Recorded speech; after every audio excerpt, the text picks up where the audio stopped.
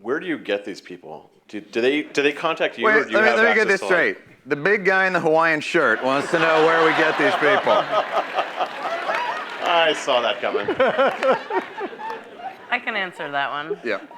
We have a whole department of people whose job it is to go online, read newspapers, think of ideas, scour the country, and they're all real stories. And some of them are ideas that we've had that but they're all real, and we look for them. You can find them too.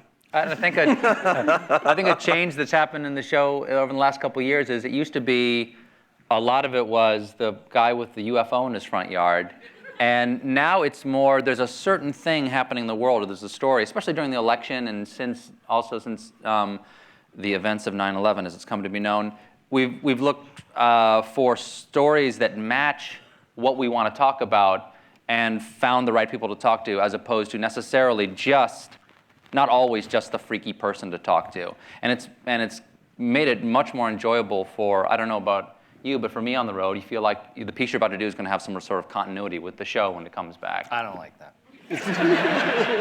Am I wrong, or is that? No, I think that in general, what we've tried to do with the show and what we continue to do is find its not relevance to the world, but relevance to us, and relevance to whatever emotional, contextual idea that we have in our heads, and that's, there is no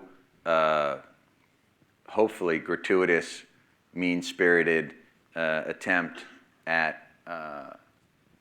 I think there's a great love that we have for eccentricity and for individuality, and hopefully that comes across. And we feel like the show works best when it expresses something that is not gratuitous. Yeah, I like to think of the field pieces as the person you're interviewing is more of your co-star rather than your victim, and if you ask questions that are completely off the wall, but you do it seriously and they don't know who you are, the reaction to those questions, to me, is the most organic and funny part of the piece. Because if they truly think you are a complete ass, then they're not necessarily in on the joke, but they're not a victim at the same time, and they're reacting organically. So I think it's more fun in that regard.